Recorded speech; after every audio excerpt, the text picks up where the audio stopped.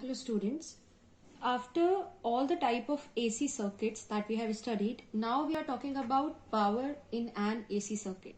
So first we define power and then we will find it out for all the type of circuits. So as we have an electric circuit with us, so there must be some consumption of energy going on. Then the term power comes into play, that it is the rate at which electric energy is consumed in an electric circuit.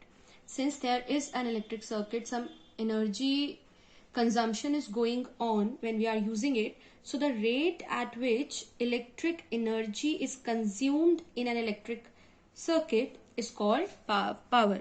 So it is defined as the rate at which electric energy is consumed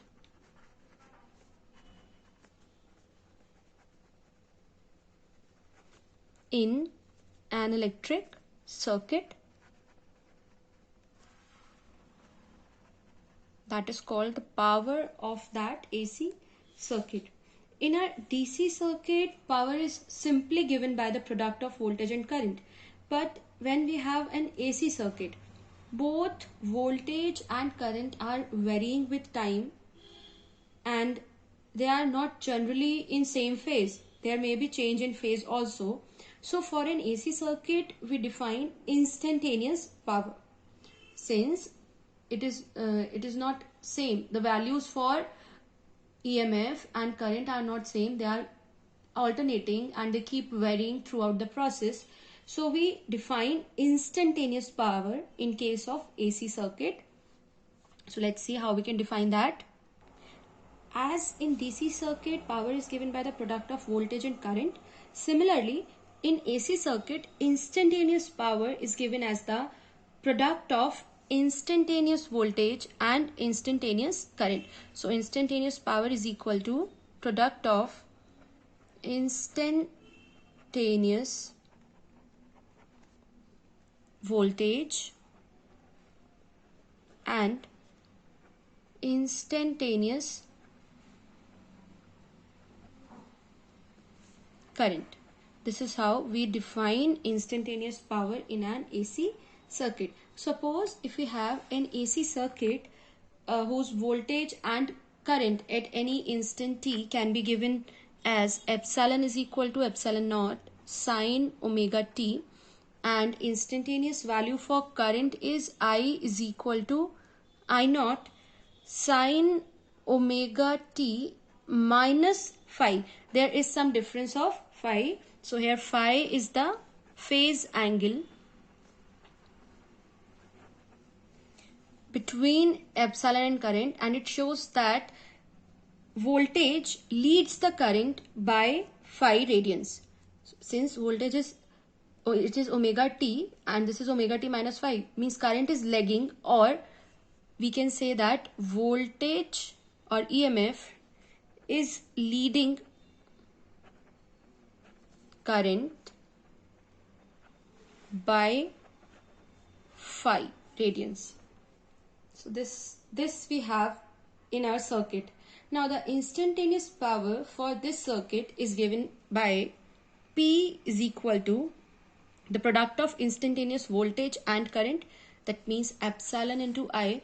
If we substitute the values, we get epsilon naught sine omega t into I naught sine omega t minus phi.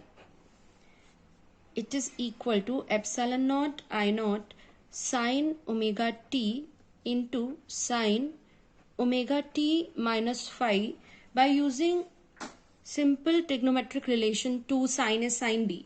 We can solve it. So epsilon naught I naught upon 2. Now we divide it by 2 and then we have to multiply it by 2. 2 sine omega t minus phi. And this becomes the relation of 2 sine A sine B, which is equal to cos A minus B minus cos A plus B. This we are going to use.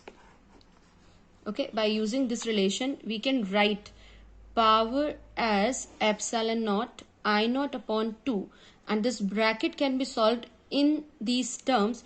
So we can write it as cos A minus B. If we minus omega t minus phi, then it will give us plus phi. So this will be cos phi minus cos A plus B. Cos A plus B will give us omega t plus omega t, that is 2 omega t minus phi. So cos A plus B हो जाएगा cos 2 omega t minus phi. So this is the instantaneous power for that AC circuit. Now if we want to find the average power dissipated per cycle, average power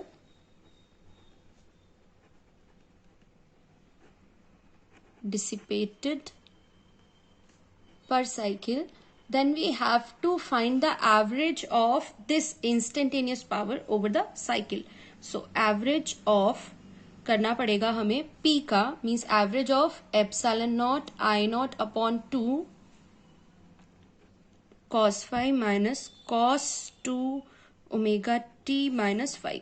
इस term का जो average आएगा that will be the value of average power dissipated. So we are going to write it by P average.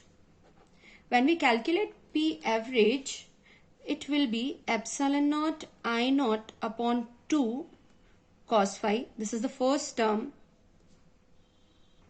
This term is independent of time t. So if we are taking it for a complete cycle, like if you want to take it average over the time, there will be no change because it is independent of time t. So it will remain same. Epsilon naught I naught upon 2 cos phi will remain same. For the second term, this second term depends on time. For it, we have to take the average. So we have to take the average of cos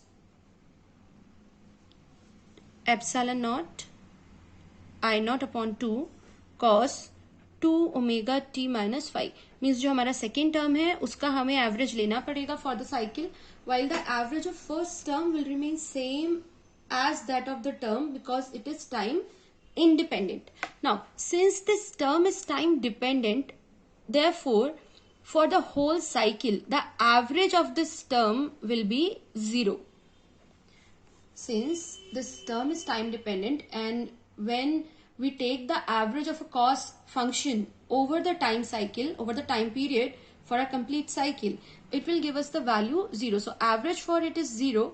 That's why this whole term becomes 0. So P average for the circuit, for that AC circuit, will be epsilon naught I naught upon 2 cos phi.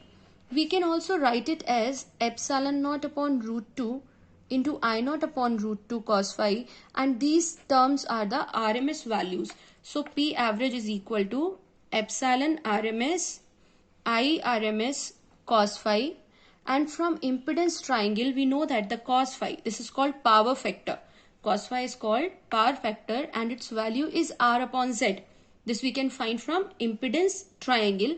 So epsilon RMS into IRMS into R upon Z. These are the values of P average.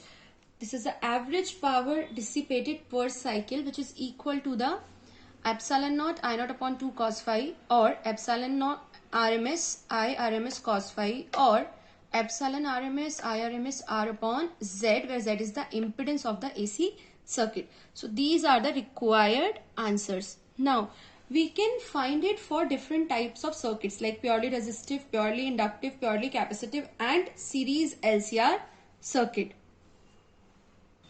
So this is the value of average power dissipated per cycle in an AC circuit. Now if the circuit is purely resistive, for a pure resistive circuit, we know that in such circuit the voltage and current are in same phase. That's why for purely resistive circuit the phase angle or the phase difference phi is equal to 0. Because of that, cos phi is equal to 1, right? Since phi is equal to 0, so cos phi is equal to 1. That's why power का average जो निकलेगा it will be P average is equal to epsilon RMS IRMS into 1. So it is epsilon RMS IRMS, or we can write IRMS as epsilon RMS upon R, voltage upon resistance. Then it is epsilon RMS square upon R. We can write it as epsilon RMS upon R. And we get the answer epsilon RMS square upon R. Second is for pure inductive circuit. For purely inductive circuit, voltage leads the current by a phase of pi by 2. So phi is equal to pi by 2 for purely inductive circuit, and if phi is equal to pi by 2, it implies cos pi by 2 means cos phi is equal to 0.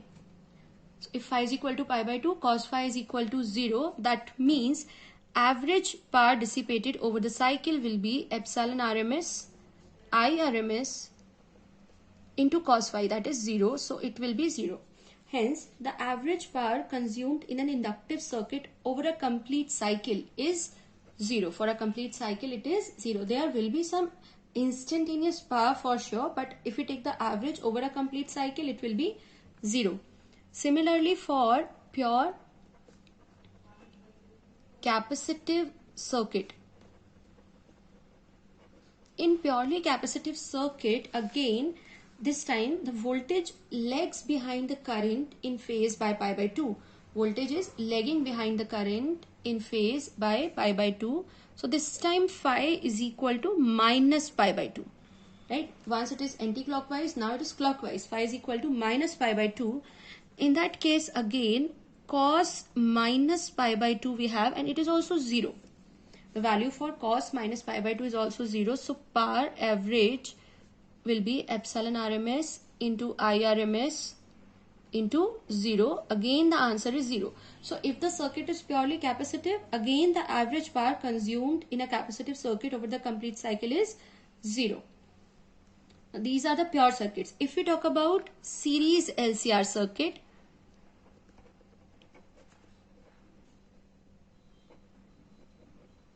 so there are two situations. One is the normal situation and the other is the condition of resonance. During resonance condition, XL equal होता है XC के, and they both cancel out each other, or at that time the impedance of the circuit is actually equal to R and it behaves like a purely resistive circuit. So for an LCR circuit which is in resonance, the value for phi is equal to 0, and since phi is equal to 0, cos phi is equal to 1, and because of that, average power is equal to epsilon RMS into IRMS into 1. So I am not writing 1. It is epsilon RMS into IRMS. This is in case of resonance. But if it is not in the situation of resonance, then phi, the value of phi may be some non-zero value. Means if it is not in resonance, then phi may attain some non-zero value, and that can be given as phi is equal to tan inverse XL minus XC upon R. That is the difference between XL and XC upon R. So in that circuit, in that situation, the power is consumed in the circuit, which is given by the value epsilon RMS into IRMS cos phi, and there is the consumption of power, but the power is consumed only in the resistor. In this case, there is consumption of power,